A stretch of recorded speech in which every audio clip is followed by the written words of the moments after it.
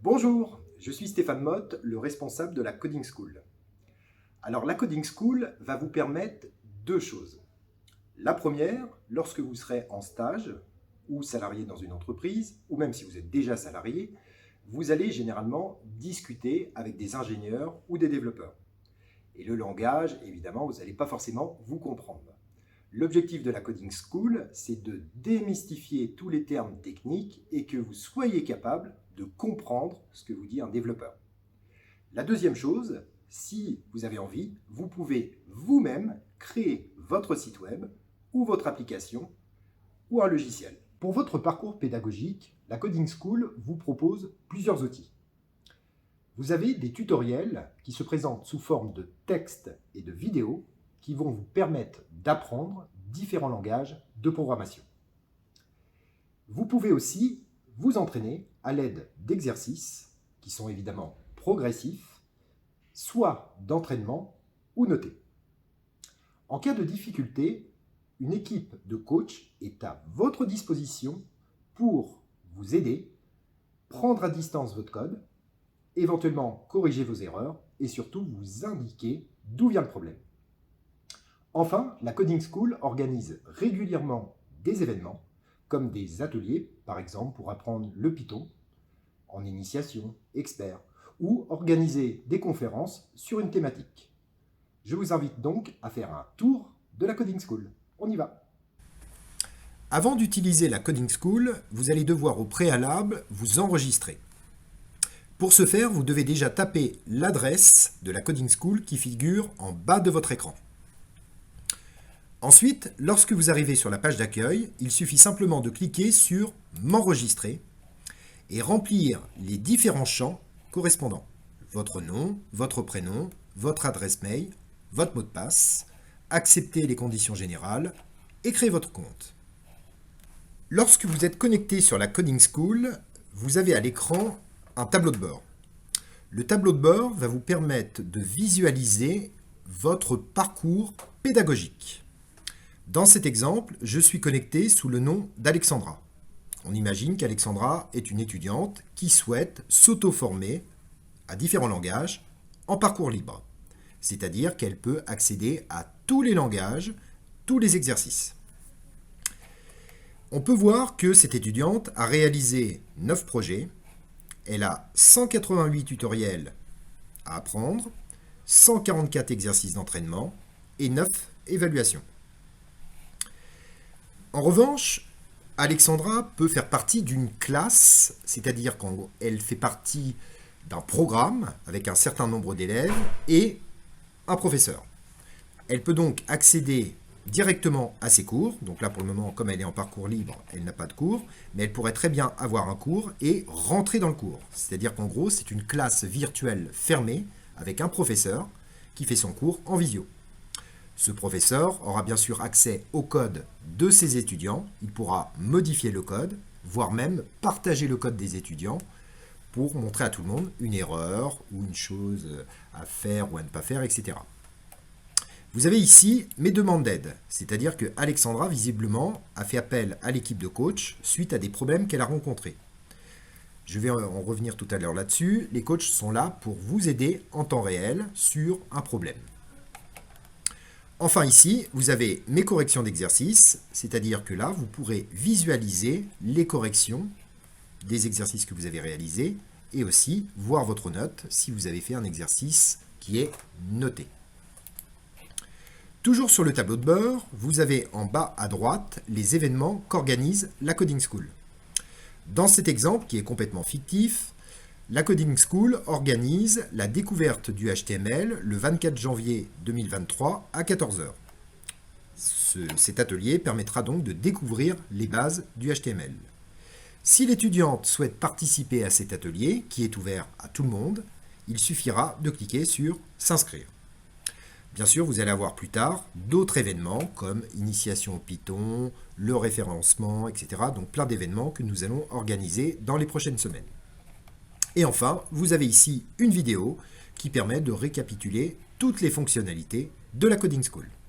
Prenons l'exemple que je souhaite m'auto-former dans les langages web. Je vais donc créer un projet. Je clique donc sur Projet, Mes projets. Je vais ensuite sélectionner quelle catégorie je souhaite utiliser. Comme je pars de zéro, je suis un débutant, je vais apprendre par exemple le HTML et le CSS, je vais donc choisir la catégorie Web. Je vais ensuite saisir un nom de projet. Par exemple, auto-formation, web, et imaginons, je vais appeler ça agence location véhicule. Je sélectionne ensuite le type de langage que je souhaite apprendre. Je vais donc sélectionner le HTML, qui est en fait les fondations de votre site.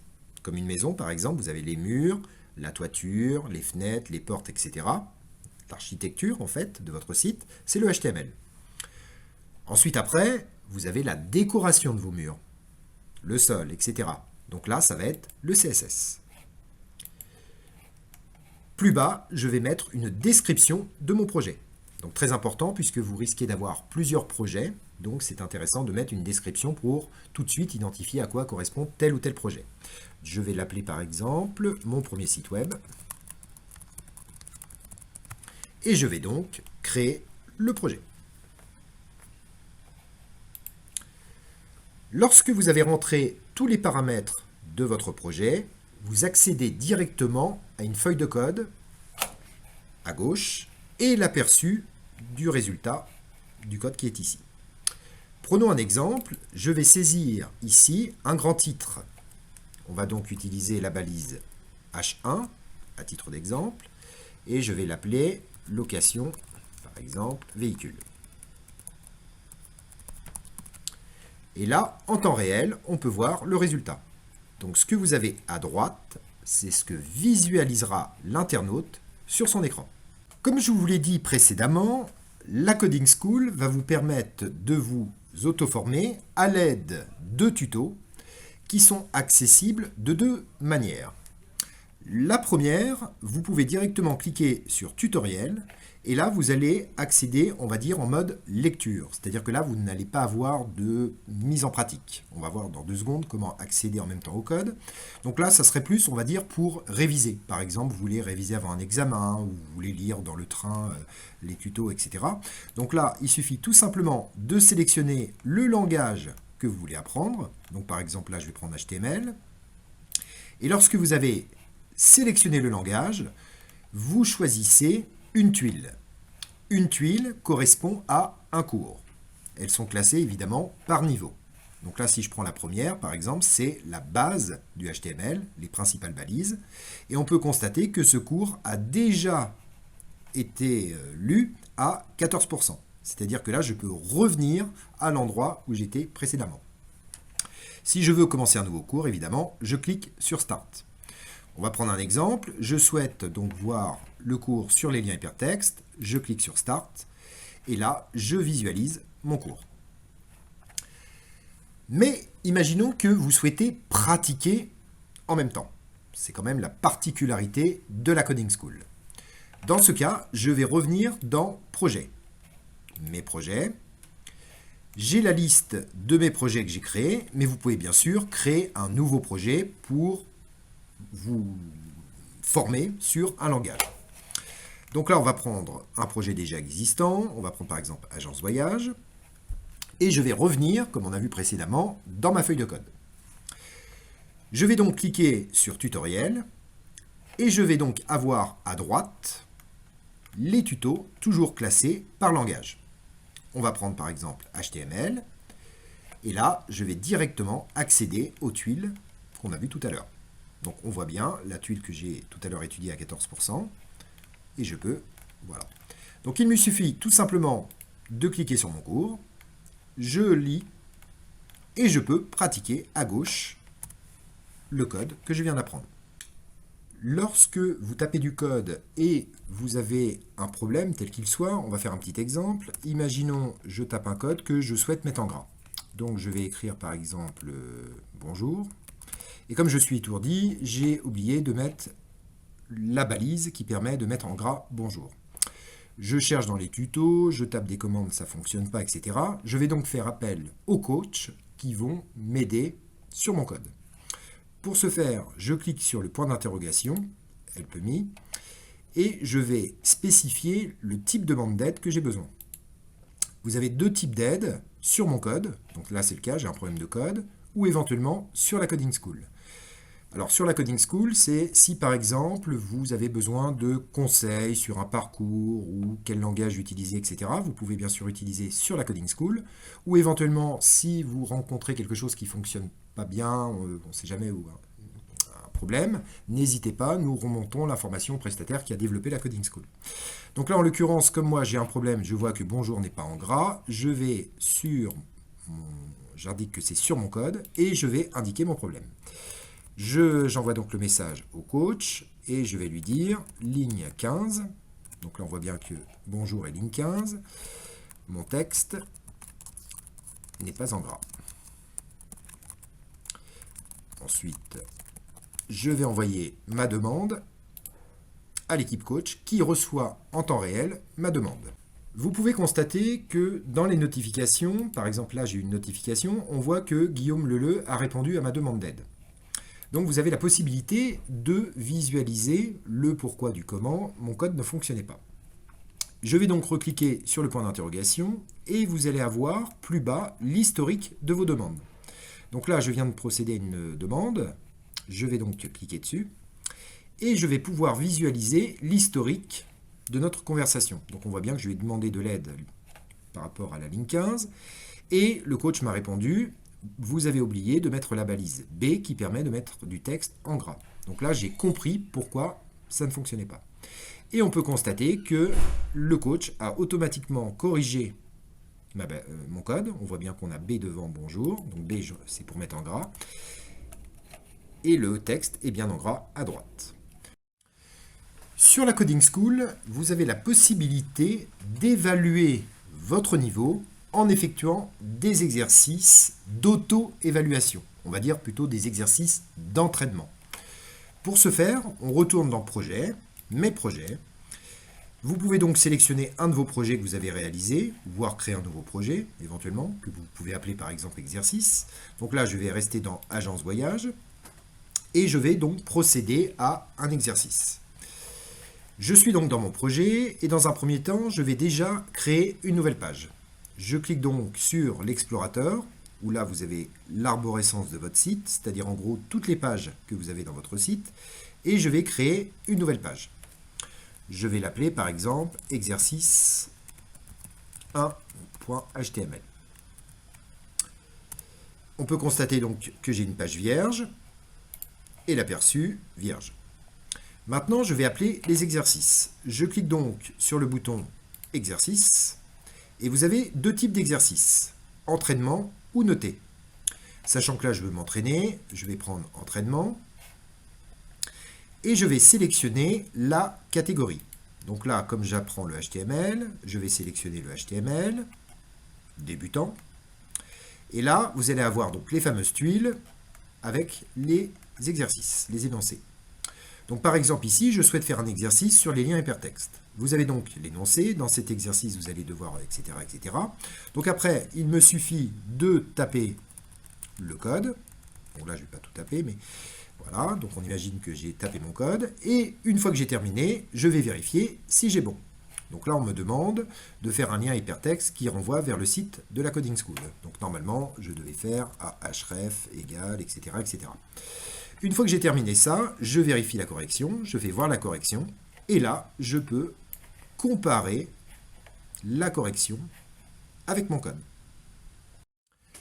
L'intérêt de la Coding School, c'est que vous allez pouvoir travailler en équipe dans le même espace de travail.